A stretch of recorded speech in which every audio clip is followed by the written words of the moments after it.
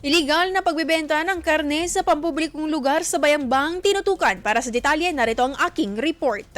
104.7 IFM. Report!